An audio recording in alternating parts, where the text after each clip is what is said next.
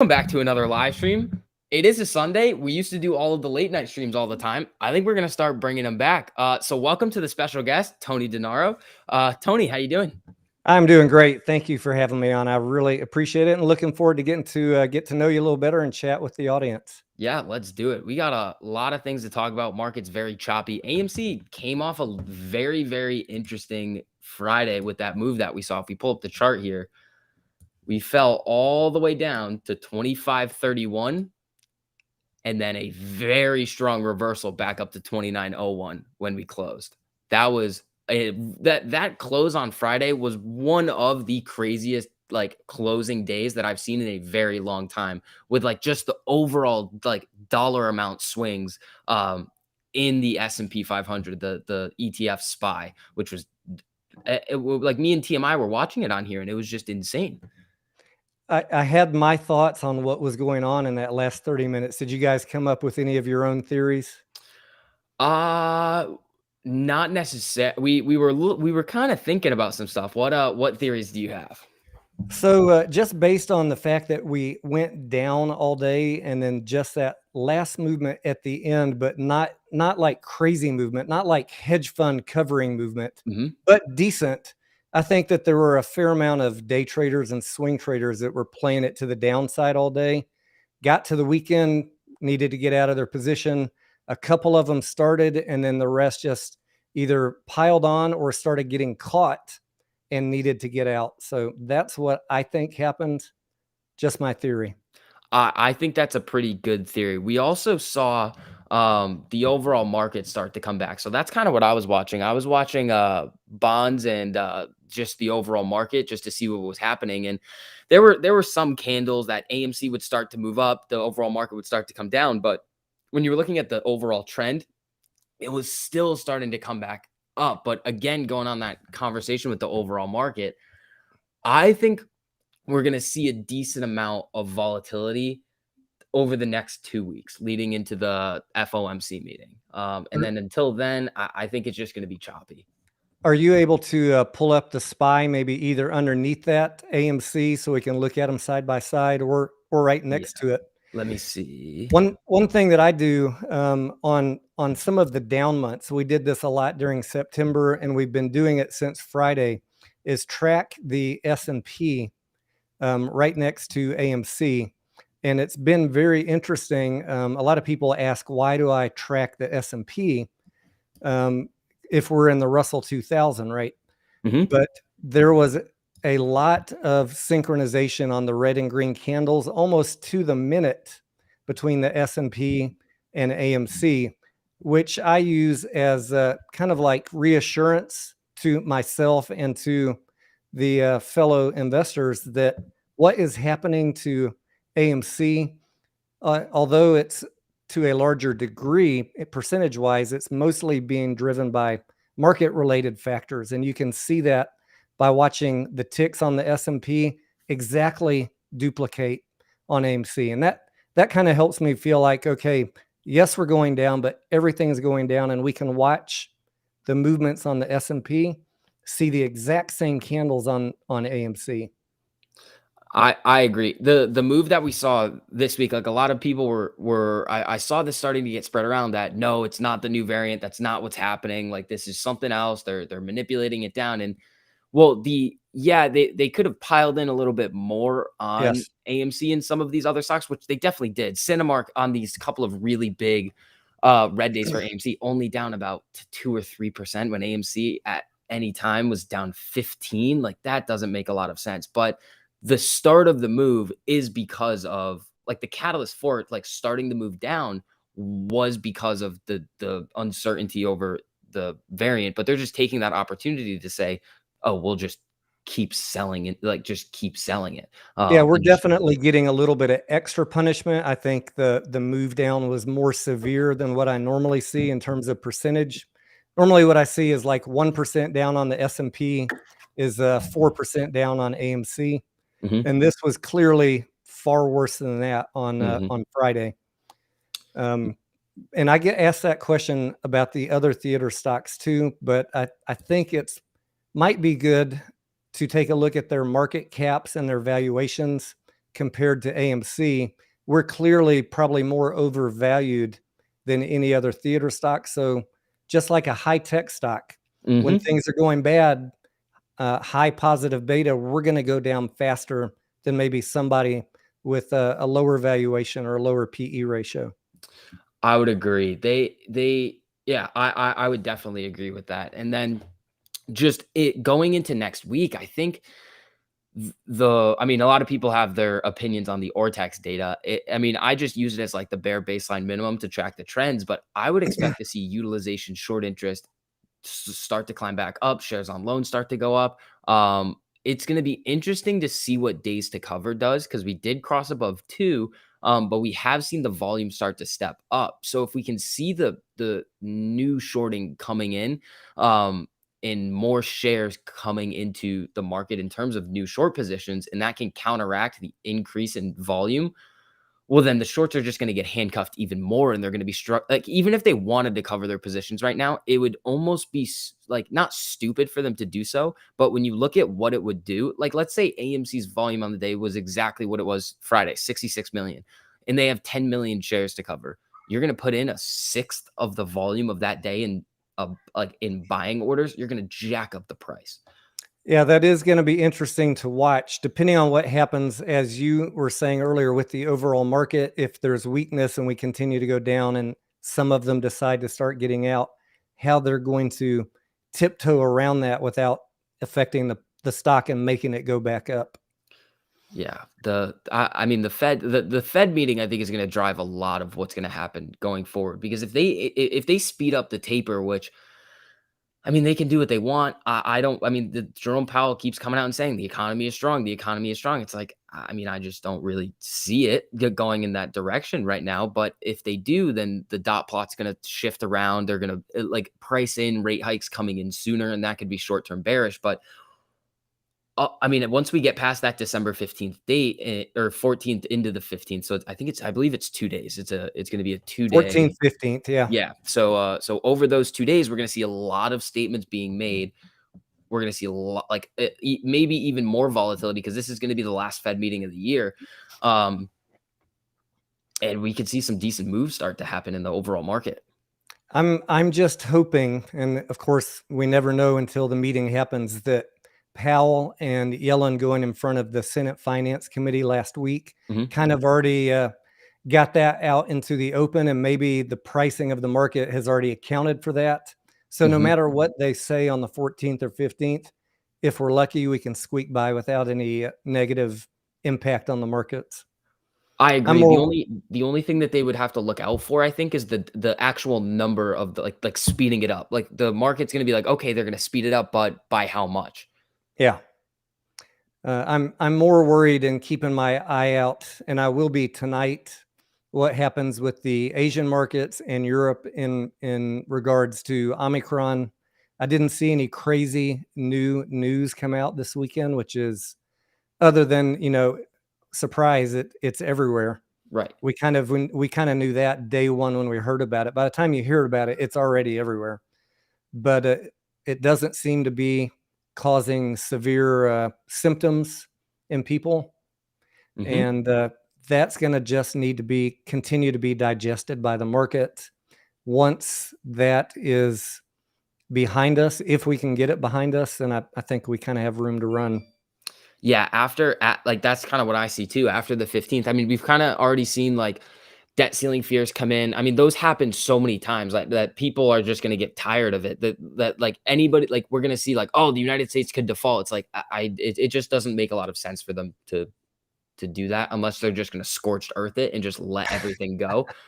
Which I especially at this point, like with what they've done over the past year and a half, 2 years, there I don't think there's any way that they would just be like, oh, we tried to prop everything up and now all of a sudden we're just going to be like, whatever, we're giving up now.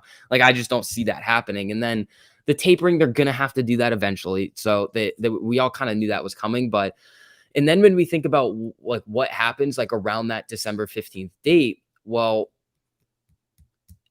we start to get into that January time period where I mean I've been saying January could be a good time period for a while, but in my reasoning, it's more just like we've seen these moves happen around the quarter, or any kind of like big expiration date in the market, and we also typically see it with a crazy amount of open interest on the options chain, which we're already seeing for that January. And then after December, I think it's 17th is the date hits, which is that monthly expiration. Well, any new money that's going to be put into any one of these like gambles that people want to take on the options chain, they're just going to get cycled over into January, and that can make it even more dangerous for these market makers. What are your thoughts on the crypto crashing over the past couple days? I know there's a lot of talk in the community right now um, about the hedge funds, pulling liquidity out of the crypto markets to prop up their positions in the stock market. Are you in agreement with that, or do you just think it's coincidence? Have you thought about it at all? Yeah, I have thought about it a couple of times. I mean, we saw it before the January run. We saw it before and during the June run. It's very possible that it could be happening again right now, and especially with AMC selling off, kind of getting ready to get into, I think, what TMI has called in the past, like the launch zone. That we could easily start to see it go. But what I like to think about is like there's so much money that is like being traded around and circulated in the crypto market, the stock, every market, that there's going to be multiple institutions involved. So maybe some of them are buying the dip. Maybe some of them are betting against some of these cryptos, and or maybe some of them are taking money out to uh maybe get some more liquidity to cover these short positions or meet these potential margin calls that we could be seeing um on other stocks in the market. But I mean, at this point, I wouldn't discount anything or disregard anything that could possibly be happening, because like what we've seen over this past year, like anything is possible for these institutions to be doing. Yep. And my kind of macro view on that is similar to yours. Anything is possible. I don't uh, I don't wrap the crypto market around AMC and GameStop Mhm, specifically. Like I know a lot of people think everything that happens in the world happens because of AMC, mhm. but I think, and so I'm not quite on board to that level, but I do think it might be a possibility that some of them are getting hurt as the market falls. Everything's falling, right? And they may need to pull liquidity out of somewhere else. It's either that or go ask for a loan if they're getting in trouble. Right. It just depends on the institution and the hedge fund. Like you said, there's so many. We can't generalize um, one scenario and say that applies to all of them. Right. I'm seeing a couple of questions coming through in the chats. Dr. Dazzle saying, so what can we expect for this week? I'm expecting very, very similar price moves out of the overall market compared to last week. Not necessarily like these big dips on AMC, but just the volatility, like the intraday moves in the overall market, just based off like the uncertainty that we're seeing. If the market picks a direction and it's going to start moving back up, then we're probably going to see AMC, GameStop, and a lot of these other stocks start to come with it and start to rally back. But if the market's going to be choppy again and these institutions see that they can take advantage of that and try to push it down or start to like throw more short interest, like in short shares back into the market on AMC, then that's what they're going to do. But does it really change anything? No, in my opinion, them shorting more actually makes it more beneficial for us over the next couple of weeks, months, however long it takes, for whenever we end up seeing that next big run up. Because if there's more shorts to cover, well, then they have to input more buying volume eventually. Yep. And my thoughts on that are none of us can really predict what's going to happen on Monday in the overall market. We'll know when we wake up and see the pre-market on Monday morning. And even we've been tricked the past couple days. Pre-market looks strong, opening 30 minutes looks strong, and then we just degrade throughout the day. But what I do Yeah. know from watching this so long is that, or my belief based on watching this so long, if the market continues to have bad days, AMC is going to unfortunately continue to go down. If the market catches a bounce, which is what I'm hoping for, because I was buying all last week, Mhm. little bits here and there, buying the dips. If we get that sense of security about Omicron, that maybe things weren't as bad as they thought, the market can catch some green days, then we will go up faster than the S&P. So Mhm. I'm saying if the market's going up 1 or 2%, I'm looking for a 5 to 10% gain in AMC on any day that happens. Yeah, if we start to catch any bullish momentum, I've been trying to get this through in a couple of my videos and streams. There's going to be like the hedging that the market makers have to do. There's two of them because there's going to be calls and puts. So when we see AMC go down, especially with it being at decently high levels, with the like above 35 over before that are that holiday week, well, we're going to see a bunch of calls already in the money. And when those calls start to come out of the money, well, these market makers don't need to hold these shares if they're hedging them. So they sell off those. So that's the first sell. And then the puts are also at the same time running in the money. And in order to hedge those puts, well, then they would need to short. So we've just seen kind of the effects of that unhedging of the calls and the hedging of a lot of puts. But if AMC starts to catch a bounce, well, there's a lot of retail investors that want to buy the dip, that we're going to see a little bit of FOMO coming in. And we could also see that double buy come back where now the puts are running out of the money. So they cover those short-term shorts. And then they're also hedging the calls. So then they have to buy on that side as well. I saw a question there from Derek. What about the market going down, causing margin calls? And what about negative beta? And I think this might just be a good second to talk about that. I have no idea what your thoughts are on it. I've tried to make mine pretty well known, and they're counter to what the prevailing wisdom in the community has been. You're a finance guy. You might know the formula for calculating beta. It's depending on the time frame you're looking at. But I went in and downloaded all of the AMC data and the S&P data and tried to figure out why does it act like a positive beta stock, but any website you look at says negative beta. And I found there was one data point during the massive rise up in January. If you exclude that one outlying data point, every other data point of AMC generates a positive beta in the formula. So to those, I thought about that. That was one of the things, like, I think this week I was like, it probably in January, there are a couple of days that mess with the data, especially if you're on when a 1 year time frame. when you calculate using a covariance and a variance, outlying data points can screw those formulas up. And I did do a video on this about 2 months ago. I'd invite anyone who disagrees about negative or positive beta to go give me a comment in that video.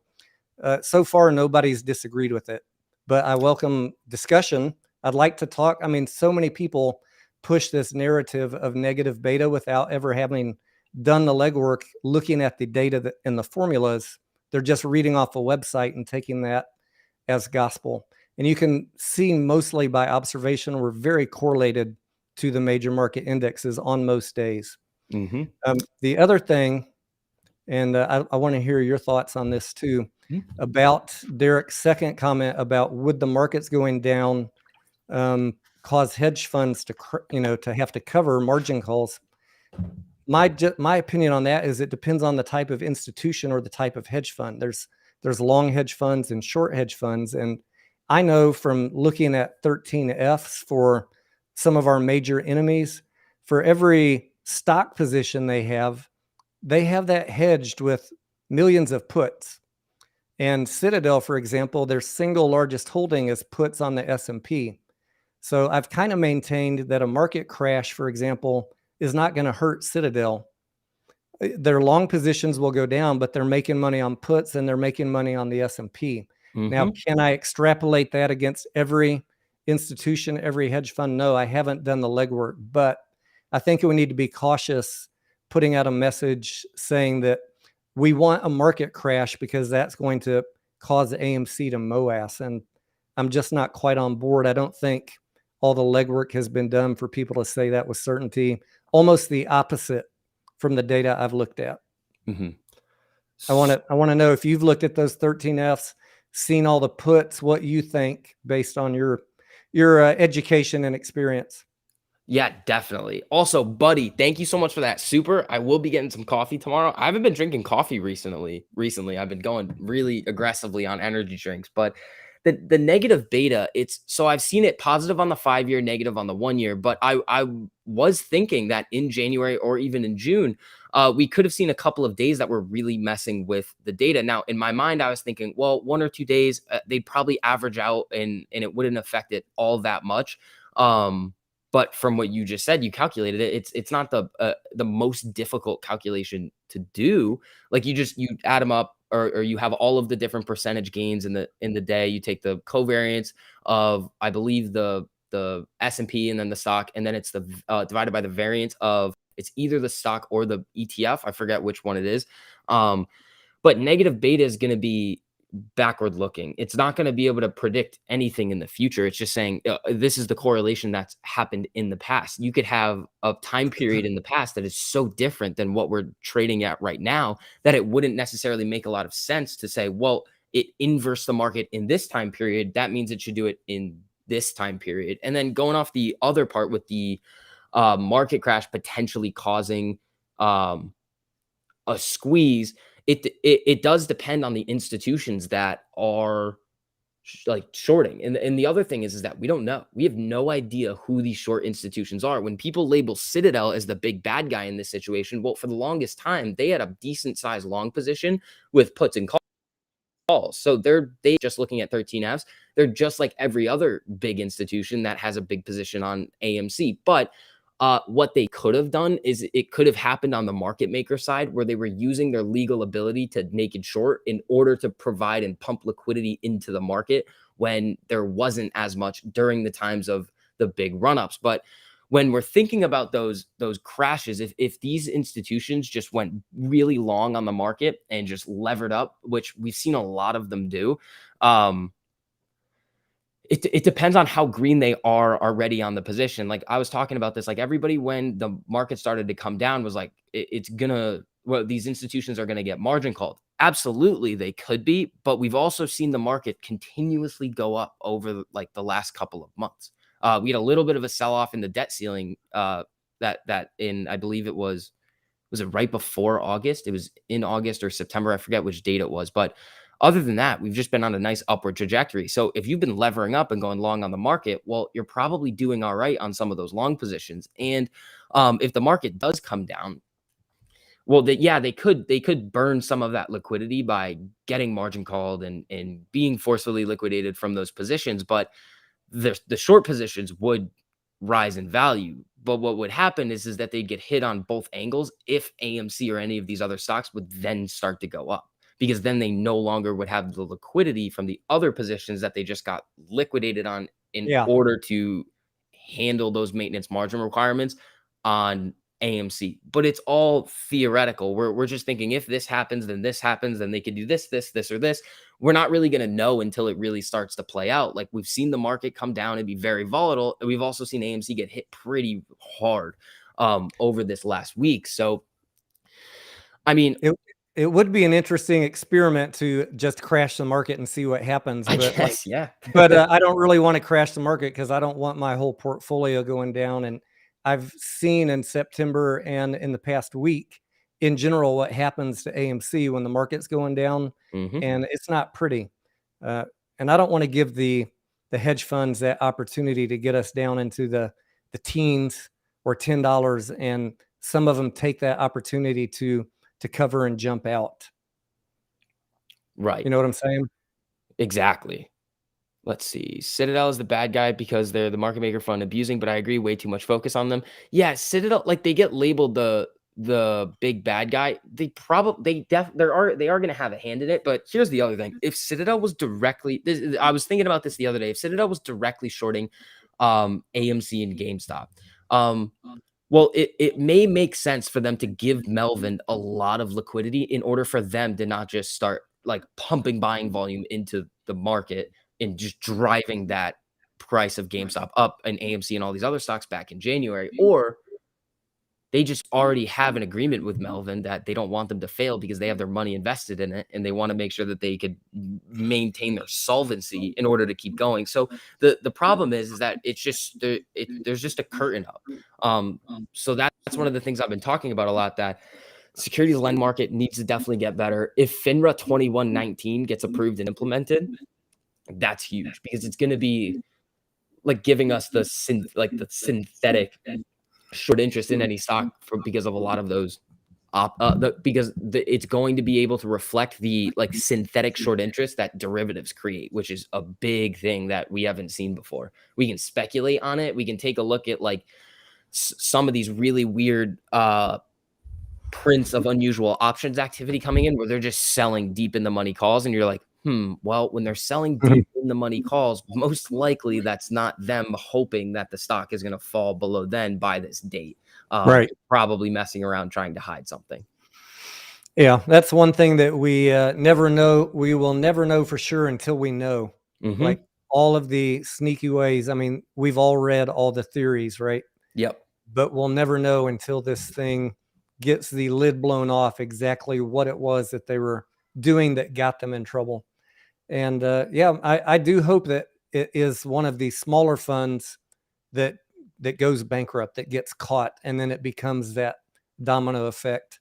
I don't know if we'll ever get all the way to Citadel or Susquehanna. It's nice to think about, but if we can take out some of the smaller guys, that would be a win in my book also.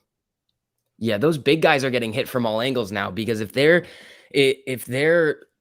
risk department has allowed this situation to get so out of hand that they could be facing big losses on their like portfolio management side. Well, Public, the investing app brokerage, just came out, I believe, on the 2nd of December, and basically said that since they moved away from payment for order flow, their customers were getting much better execution than when they were using payment for order flow. And they were, I think it's a EFQ is one of the data points that they were using. So we've seen like Citadel, when Ken Griffin said that payment for order flow is a cost to him, and that if that cost were to go away, that, it would be a good thing. Well, they are still generating a significant amount of revenue because they're paying for it. It's like it's the dumbest statement. Like I don't know who If is his in lips charge are of who's moving, you making the can't believe statements what at he's saying. Citadel, but it's insane. Yeah, if his lips are moving, you probably shouldn't believe what's coming out of them. Yeah, I agree. Let's see. Oh, is Kringle in here? Ho, what's up, Kringle? How you doing, buddy? What's up, Kringle Kitten? Let's see. Can I hear another something? thing I wanted to bounce off of you while we Yep. have this audience. I'm sure you have covered or seen people covering the dark pool percentages throughout history this past year, right? Always been around 60 to 65%. Is that a fair statement? Yeah, around And there. Yeah, I've seen it 50, 60 around there. sometimes I have people hammering this question into me every week, like, of course we're going down because such a high percentage of the trading is going through the dark pools. Even though like Citadel, Connect, and Virtu maybe aren't technically a dark pool, but they get lumped in that percentage, right? Yeah, it's just anything off exchange is off that exchange would be percentage. a better way to call that percentage, off exchange trading. So I'm vehemently against retail orders going off exchange. If I could get one rule change from the SEC, it would be to require that all retail orders go to a lit exchange. There's like literally no reason for these small orders not to be part of price discovery. But that being said, I just want to throw this out there and maybe get you to comment on it. From the July to August timeframe, when we ran up from, what was it, 29 to $50, Yep. the dark pool percentage never changed really. So I just would like people to think about that when you're worried about the percentages so much, when you get so focused on one thing, take a step back and look at, we had almost 5 weeks of the stock running up, and it wasn't because dark pool percentages went down. So are there shenanigans happening with the dark pools? Yes, almost certainly. And there's a lot of changes I'd like to see there, but I'd rather us focus on things that we can actually do something about today instead of every day screaming about the dark pool percentages. We've seen plenty of times where we have extended runs up with no change in that percentage. What are your thoughts on that? I think what it comes down to is the same reasons for us coming down, staying flat, or going up. I the the reasons for those types of price movements, it's going to be a wide variety of things. So like June was like the perfect storm of a lot of things coming together. We were trading flat for a while. We had the technical breakout, and the option chain was absolutely insane. Um, so we don't know like okay how much of it was delta hedging, how much of it was just retail buying it up, how much of it was shorts covering, and how much of it was maybe there was something going on with the dark pools. We just don't know. So we can speculate on what it is, but there's never going to be one determining factor in my mind that's going to set things off in the upward or downward direction or keep us where we're at. That's kind of where I'm at with it. I mean, the dark pools and all of the ways that these orders are internalized and limiting price discovery, yeah, it's obviously a problem. And it's something that we need to definitely work on. But is it the sole one thing that's keeping us down? No, I think there's a lot of issues of what's going on right now with a lot of these retail orders and a lot of these different stocks, and Yep. the over shorting going on. Yep. And Let's see. sometimes I think from week to week, the tactic that they're using changes depending Mhm. on what they're trying to do. Yeah, I think I mean, I've always this is the weird thing, like, because I've seen things in the past where, like, on, like, Reddit or Twitter, people will start speculating about something that, like, I've just been involved in, and I just know what happened, and you see things, and you're like, "That's just not true." So sometimes I think that, like, if some of these institutions are watching, and they're seeing what we're talking about, and they just look at some of the things that are being said, like, they have no idea what they're talking about. We'll just keep doing what we're doing. That's why when sometimes I see like and this is what I was trying to get across in the video what I was talking about on the LinkedIn portion. It's like we don't necessarily know, like I'll keep saying this, we don't know like the extent that Citadel is maybe short, maybe not short on AMC. So the real problem with Citadel right now that we can prove and we see it happening in our market is payment for order flow, the internalization of a lot of these orders, and the fact that there's only two big market makers. So when we're gonna put information out, especially in front of like an audience that is in this industry, like we might as well focus on things that we can 100% prove, and then work on the side on the things that we theorize about.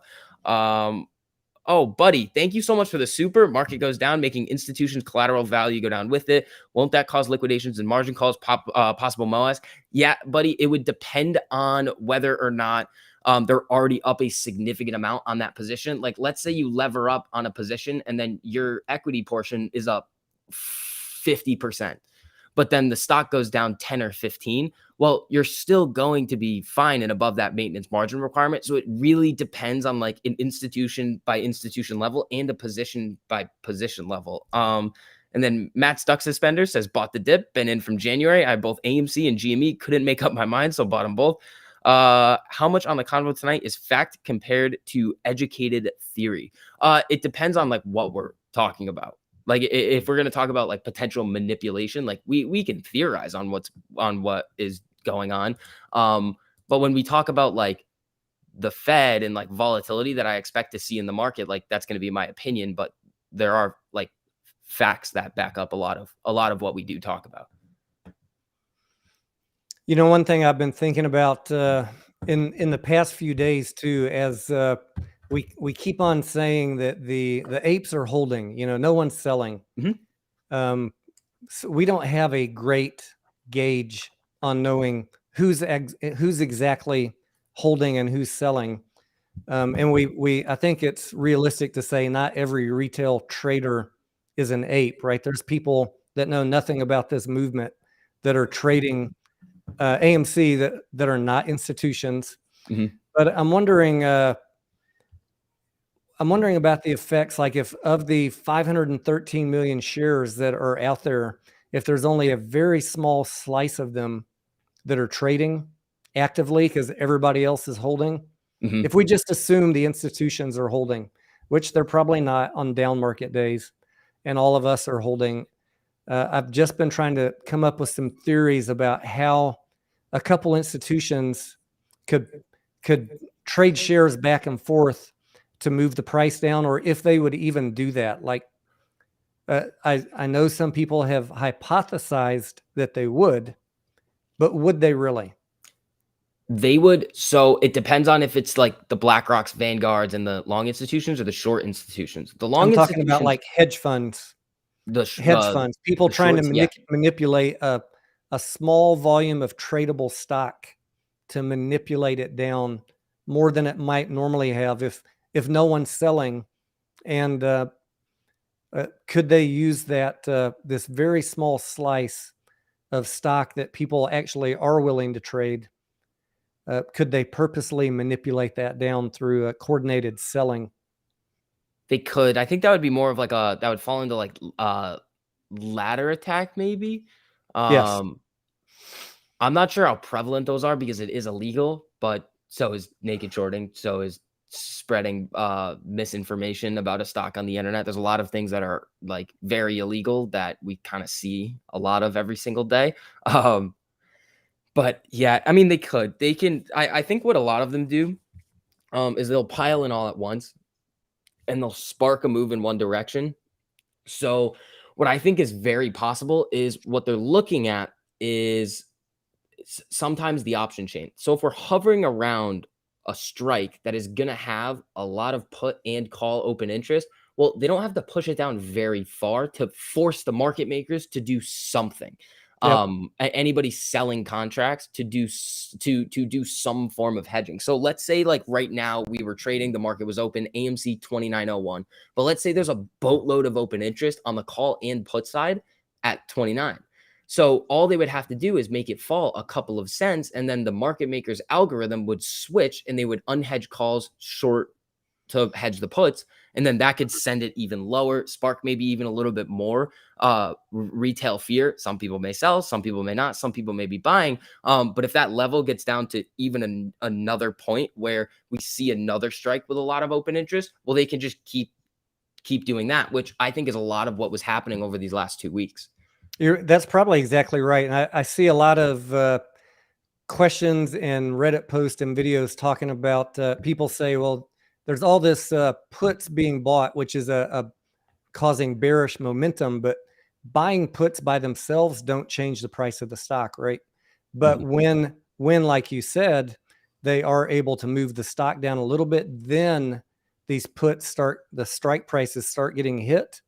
Mhm. That hedging activity that happens, like you said, on the options market maker side can accelerate the movement and the unhedging on the call side. Yeah. Exactly. It's that You're it's that exactly right. double it's that double transaction of the unhedge and then the hedge. So what we're looking for now is it to just switch back in our favor. Because then the longs can come in and do the exact same thing. Like BlackRock could, I mean, if they have a lot of stuff going on over there, but if they're just going to be like, okay, well, we see that we can enter in our buy order right now, right below, let's say it's 29. But there's a lot of open interest right there. Well, it gets above. We know the market makers are going to do something with that. So it'll probably get a little bit of a push in the right direction to maybe another point on the option chain that could push it back up. And with this sell off, the other thing is that we're seeing the max pain come down, which it could hurt and help us because if we do see that momentum start to come up, well, it sets up more of a gamma ramp because if people aren't selling these contracts that they have for a loss, but they're going to add in like, let's say 31 through 36 over the next couple of expiration dates, well, there's just going to be more open interest at these lower levels that could run in the money, push us up even further. And then also with some of these funds, the average the average price that these shorts may have entered could have fallen. Um, so what I was thinking was like we saw these moves down on AMC even after the NFT, and it was like they're just chasing. Like it literally looks like they're just trying to chase the price down. And retail is, I mean, I see everybody like when I was streaming that one day when we were having that big red day, I think it was Wednesday, everybody was just had in it like not the best mood, but people were like, nah, screw it, I'm buying more. Like Yep. what are we gonna do? The nothing has changed besides the price on the screen. And when we see that range of like, okay, previously I was thinking that the new shorts after June really came in between like 52 and 57, because that's kind of where we saw ourselves bounce like up and down from before we started to make that next leg down. But maybe it's now upper 40s, mid 40s, and we've seen those prices a lot in the past. So if we get back up there, well, we know that we could see the double buy from the options chain, and we know that we could see even more of it because people are going to be putting more money into it, regardless of what we talk about on gambling on options. Like the conversation about options, about like it's risky, you be very, very careful. I mean, I haven't seen like any real option chain like over the last couple of weeks that didn't have like relatively high open interest out of the money. So it's going to happen regardless. And I just think that we're ready for a decent move. I'm actually excited because I don't know what day the market indexes are going to go green. I am hopeful it's Monday, but I think that because of that options hedging and just people waiting to buy this dip after a firm bottom is in, that the move up on AMC will be big and violent and fast. Hmm.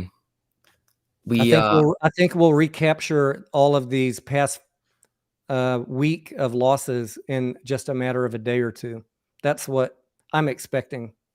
I think that's very, very possible. And with the with I'm very, very interested to see what Ortex does on like when I wake up tomorrow and take a look at it. If we don't see it change, I mean, SSR was on, so it could suggest that there might have been something else going on. But with that price movement down and you're a short, if I was short anything and I saw the market start to freak out, I'd probably start going in more. So I would expect to see, just like if I saw a stock start to really go in my favor, well, maybe add to that buying volume, buy on the rips. Yep. Um, so if we get that bump in short interest, well, we would just see like, well, there's going to be more buying volume that could potentially come back in, but we would just start at a little bit of a lower price. Like we could easily see us just go on an absolute run going into the December monthly options expiration date. But that's also right around the time of the Fed meeting, which that's kind of why I'm still like, I'm not like short term bearish on the market, but I think it's more of like we're just going to see it be choppy. Like we'll start to see it go in one direction and then something will come out one day and then we'll see a drastic move to the downside. It might even stay in the green, it might go a little bit red, come back up, but the moves are going to be big intraday, I think. Which, I mean, for me, I like to trade a lot of SPY. That'll be very, very fun. Yeah. Although I would hate to see them continue to short the stock because of the selling pressure, I would do the same thing if I was them. If the market's going down and you can psychologically put pressure on the retail investors by shorting AMC and pushing it down even faster, of course, that's probably the logical thing they're going to do.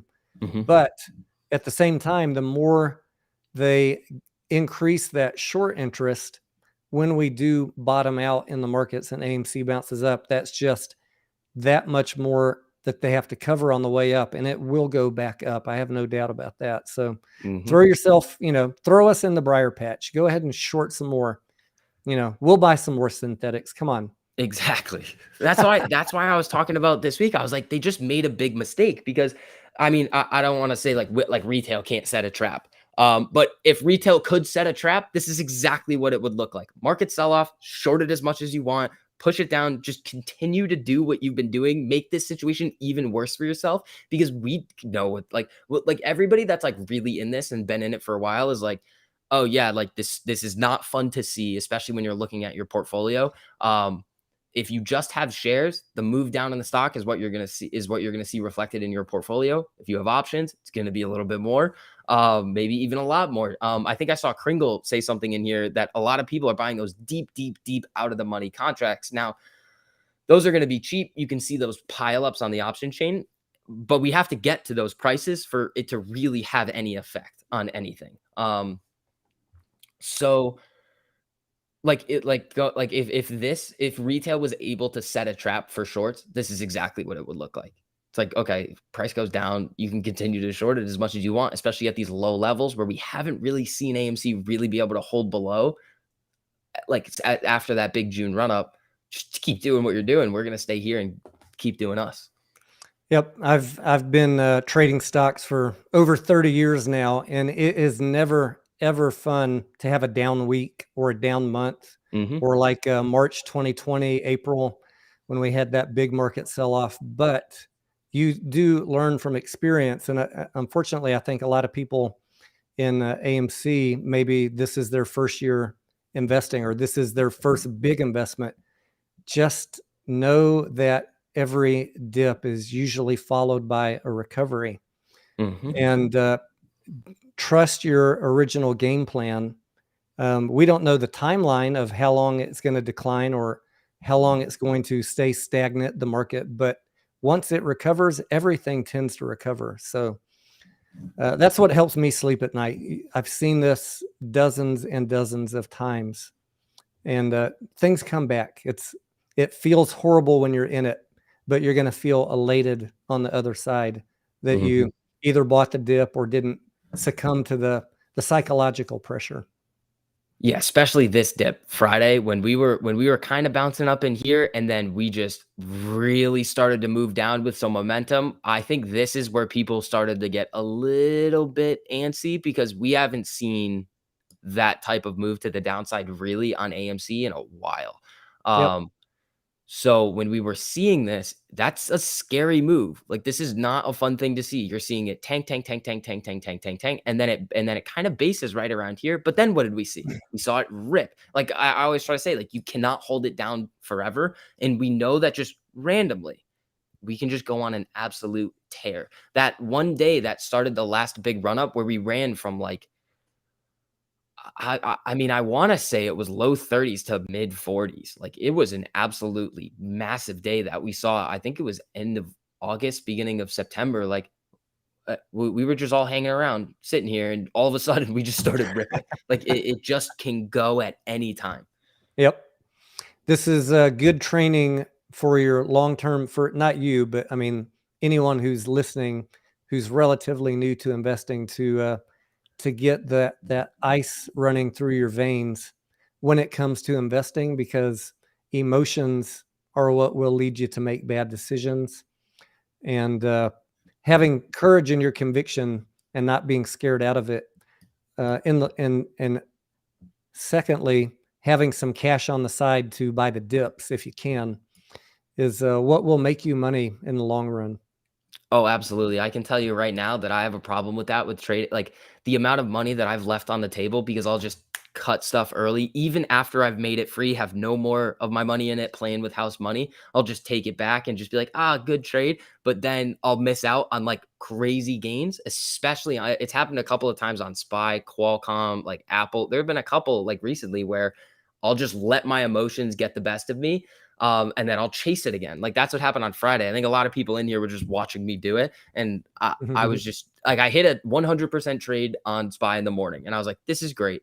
If I held it, it would have been a lot more, but still 100% in a day on a day trade, very, very solid. I could have just taken that there, done nothing for the rest of the day, and been like, okay, that's good, but that's just not like what happened. So like that's definitely something that I'm working on too, and especially like with these potentially huge moves and volatile moves that we're going to see on AMC. Like if we ripped to 60 tomorrow, everybody would be so excited. Everybody would be super happy. If you're trading options, it's a little bit of a different story. Like you could sell, take some of that money off of the table on the option side, but for a share position, well, we've seen it go a lot higher than that. So it doesn't necessarily change anything. Like we were saying in the past, like it could go to 60 or 70, or it could go to 30 or 20, and it wouldn't really change anything. Now, would I have rather have seen it go to 60 or 70 and been like, guys, doesn't change anything? Absolutely. But now I'm still going to stick to that with at 29.01 and 28.65, where it closed in the after hours trading period on Friday, doesn't change anything for me. It was a good psychological boost for everyone to go in the weekend and at least see that, though. It would have been depressing, Yes. admittedly, if we had that massive dive down and then stayed there, and we had to think about that all weekend. So, whatever happened at the end of the day on Friday, I'm glad that we had that. Absolutely. Kringle says diamond hands are not enough in this game. Diamond nuts are required. Kringle, spot on. I'm Yep. still getting there. Still getting there. Oh, let's see. What other Not happy on questions do red people days. have? What's up? I said, what other questions do people have? Yeah, let's take a look at some of them. Let's see. I think somebody earlier was asking you about like an AMC coin. Um, have you talked a Oh, lot about that? Popcoin. yeah, Popcoin. So I've done a video and tweeted about Popcoin a few times, and I know at least a couple of other people maybe did a video. I haven't watched them, but I saw the titles. I think Angelo from New York had a crypto coin video a few weeks before mine, but we'd been talking about it on my channel for several weeks, and I finally just went ahead and made a video about it after Adam Aaron's mentioned it. Adam Aaron mentioned it in the quarterly call. This last quarterly call, he saved it till the very end of the call, Hmm. which I was kind of disappointed at, because for me that was the most exciting thing of the call. And I know with Mark Cahotis and everybody doing the Twitter spaces, they've been talking about tokenized stocks and NFTs. And meanwhile, I'm the lone wolf over here pushing Popcoin, or whatever you want to call it. That's what my channel voted on calling it, Yep. an AMC crypto coin. And I'll give you if you haven't heard of this or seen my tweet, I'll give you my 30-second rundown. Okay. So imagine AMC mint its own crypto coin. You know, they're taking Shiba and Doge and whatever cryptos to buy tickets and popcorn and stuff like that, right? But Hmm. maybe people don't want to sell those because they're trying to run up their investment in that. What if AMC minted their own coin, AMC crypto coin, just put it right into the crypto market, but kept, let's just pick a number, half of the coin in their balance sheet, and the rest is trading on the exchange. And let's say it got in the top 100 of all crypto coins, and they were able to make conservatively, uh, it doesn't matter what the value is, but let's say it was to get into the top 100, they're looking at 500 million to 2 billion sitting on their balance sheet from crypto investors running this coin up in the exchanges. Now they've got all this cash on the balance sheet they could dump into the crypto exchange without diluting the shareholders, get that cash, and then pay off debt, buy competitors, upgrade theaters. Think of all the things they could do with that money without issuing bonds or diluting shareholders. So for me, the idea of a separate crypto coin it's a token you can use in the real world on the AMC app to buy tickets, to buy concessions. And I think that all of the AMC investors plus crypto investors would embrace this, because you could actually use that at AMC theaters and buy it knowing that you're helping AMC. Because as we bid it up in the exchanges, it is increasing the balance sheet, the asset side of AMC's balance sheet. Hmm. So that's my idea on that. And Adam Aaron mentioned it again on Fox News this week with whoever he was on with. I forget her name. Was it So Liz? that's, Liz Clayman? yeah, Liz. That's twice that he's talked about doing an AMC specific crypto coin. He kind of said, we're not going to do an NFT dividend. We can't I do think it's that. 3. He did one before earnings. He said we could be a successful issuer of crypto. So 3. I Yeah, mean, I'm asking for this for a Christmas present. This could be the unknown catalyst. it definitely could. And if the good thing about that is that if they can, I mean, that wouldn't be so in my mind, that's not going to be a short covering catalyst. That would be more AMC boosting their fundamentals catalyst, which Absolutely. would I be mean, awesome. it would boost their fundamentals, their cash position so much that it just obliterates the short thesis of this company is not going to make it. Imagine if AMC was able to pay off its debt. The slate is wiped clean. It's a Hmm. wide open runway, and the shorts would cover just out of fear. Hmm.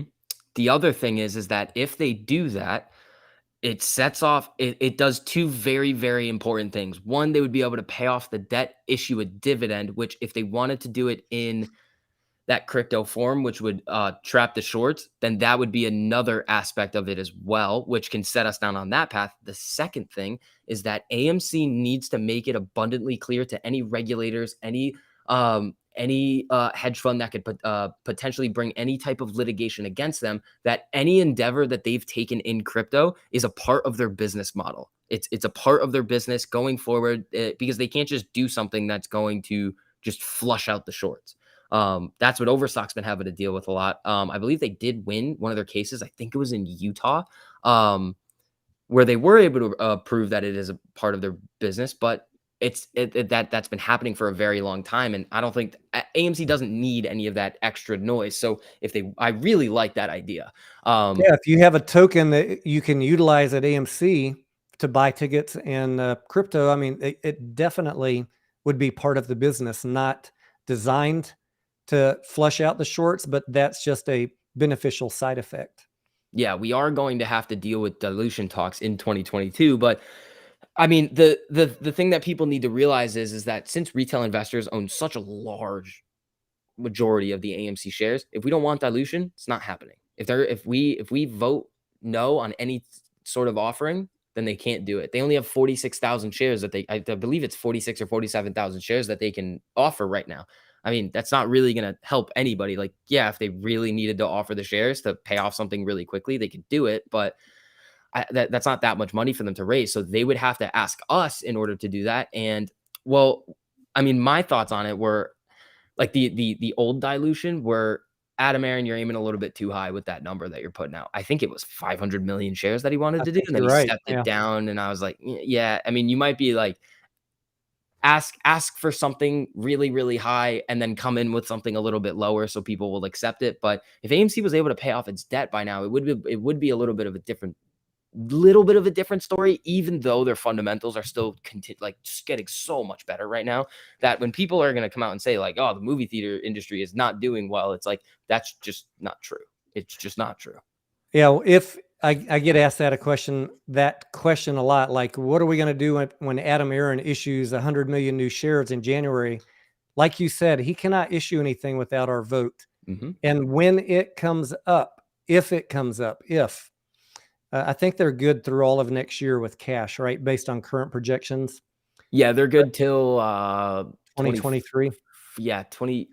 It's either 22 or 24, because I know the most of their debt is coming in 24. It's either 24 or 26. That's when a lot of the payments start to step up or come due.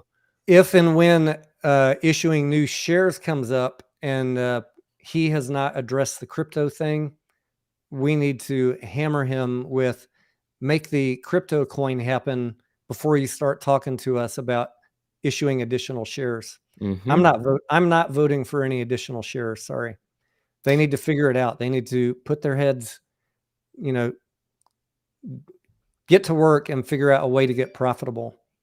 Now, if Omicron decimates the economy for the next 12 months, I might throw them a bone. That's not their fault. But Mm-hmm. if we stay on this trajectory, they need to continue to do the hard work and figure out a way to generate some cash without diluting us even more, because 500 million shares is ridiculous. Yeah, I would definitely agree with that. If there was no other option, then I would be like, just do it, rip the Band-Aid off and let's get it over with, and let's move on our merry way, hopefully. But there's other options. There are other things that we can do. We don't have to go the traditional route. AMC is not this whole thing is not traditional. Like Trade Spotting says, he's like, we're never going back to reasonable land. Like, none of this is reasonable. Like, nothing that we look at is like reasonable at all. You see like all of these wild moves start to happen.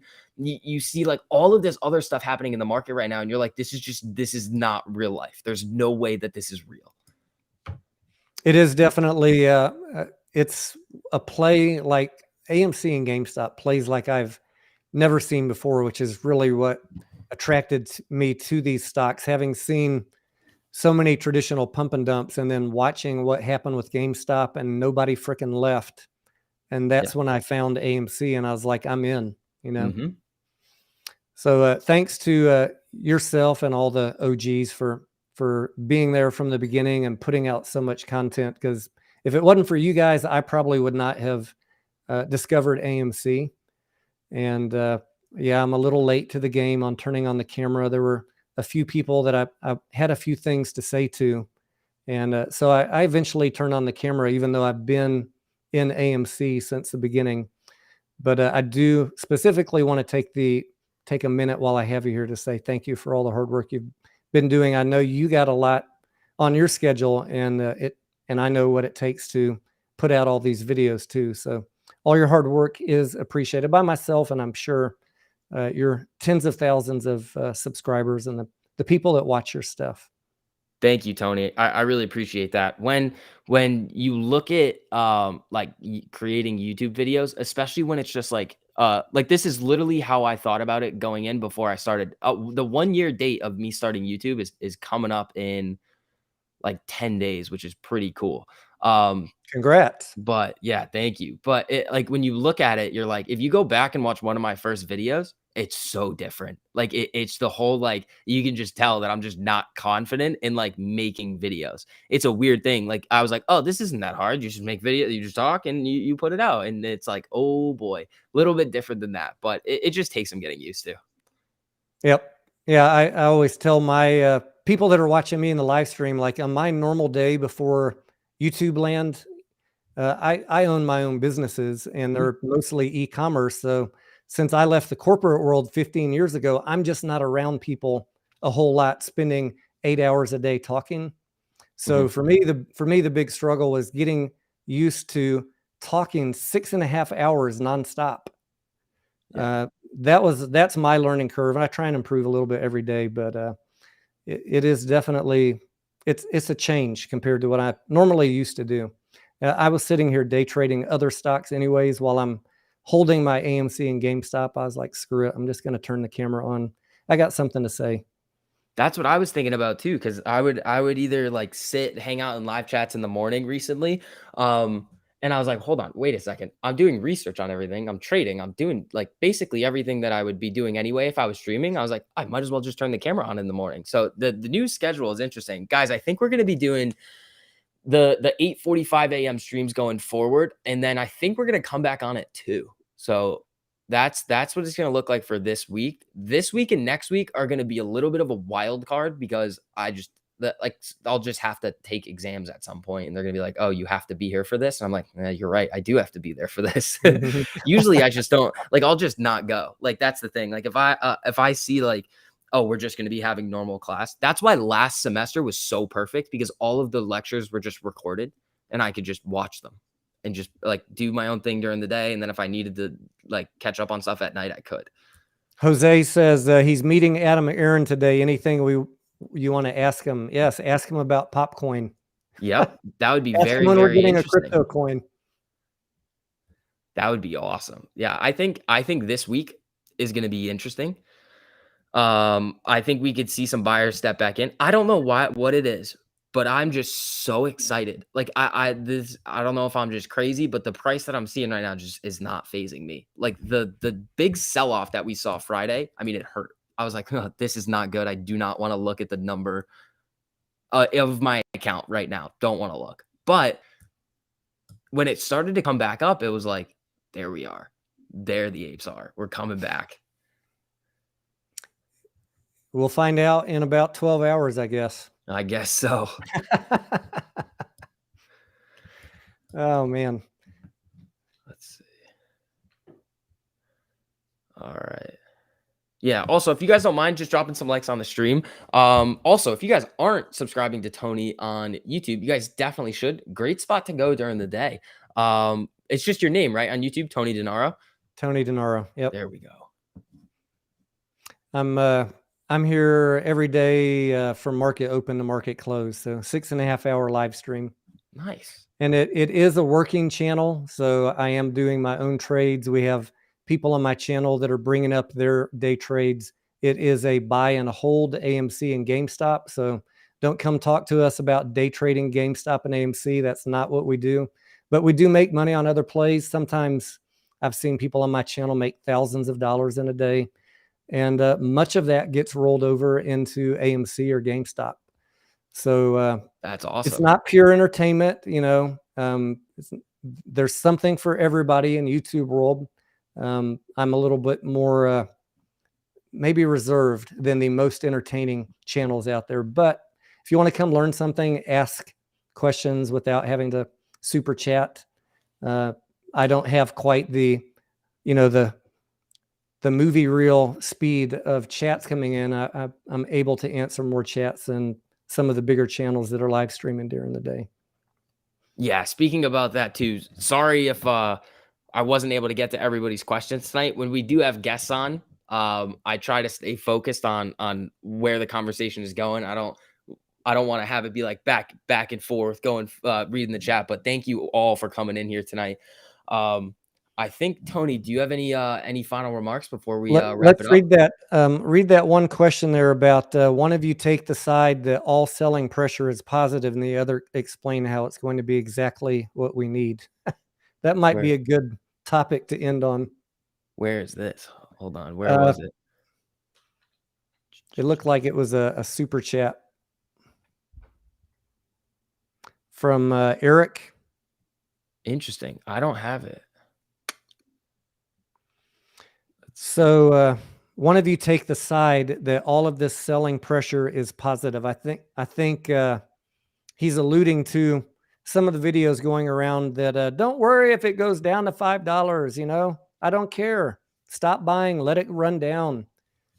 He wants one of us to advocate for that side and the other one to rebut it. All right. Which one do you want? I can't advocate for not buying. So I can't yet. The whole not buying thing. We've been over that a couple of times. Like, come on now. Do what you want. You can not buy if you don't want to, if you don't have any more dry powder left, or if you've put in the amount of money that you're willing to risk. But at the same time, the argument was not buying leads to brokers performing an action of closing out synthetics and shorts closing their position. I think it's the exact opposite. I think the brokers would literally not care and the shorts would add to their position. So that's kind of where I'm at on that one. If we did drop to those low levels, it would hurt. It would not be fun. I would still be buying and I would continue to do what I'm doing. Do I see it getting there? No. And I think that the vast majority, like 98% of people that I've watched on YouTube and Reddit that have any experience in finance or investing or this play, as well as experts that I know outside of YouTube, would agree that stock price is basically it's a supply and demand thing. There's buying pressure and there's selling pressure. And when the selling pressure is greater because not enough buyers are stepping up, the only thing that's going to happen is the price is going to go down. And my fear is if it goes low enough, we give the shorts an easy way to cover and get out. And that just becomes a game over situation. I will not ever agree to someone saying, but there's just no shares for them to cover with. You're literally fooling yourself if you think there's zero shares available for them to cover. There's always a buyer and a seller if the price is right. That's how stock market works. Yeah, we would see the volume below 1 million every single day if that were the case. Right. And as far as we're just buying synthetics, great. I'll buy synthetics all day long because I know that the more synthetics we own, the sweeter, sharper, faster the squeeze will be. Whether we know the real number or not, if we are owning as many synthetics as some people think, I don't know what the number is, but the more there are, the bigger the squeeze will be when it happens. So sell me all of them you want. I don't care. Exactly. I'll take as many of them as you got. Yep. And then I think Hayden, what's the take on Fidelity right now? I think Kringle had a response to that somewhere. Fidelity thing, it's not surprising. There's blood in the water. Brokers aren't your friends.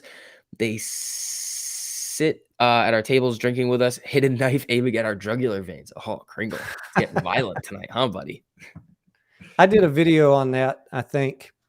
Or maybe I was just talking to Al from Boston Al and I talked about it on a live last week. I watched some of that. I had that on the background when I was working. Because he was taking the position that we all need to leave Fidelity. And I said, look, any broker you use, is going to loan shares out.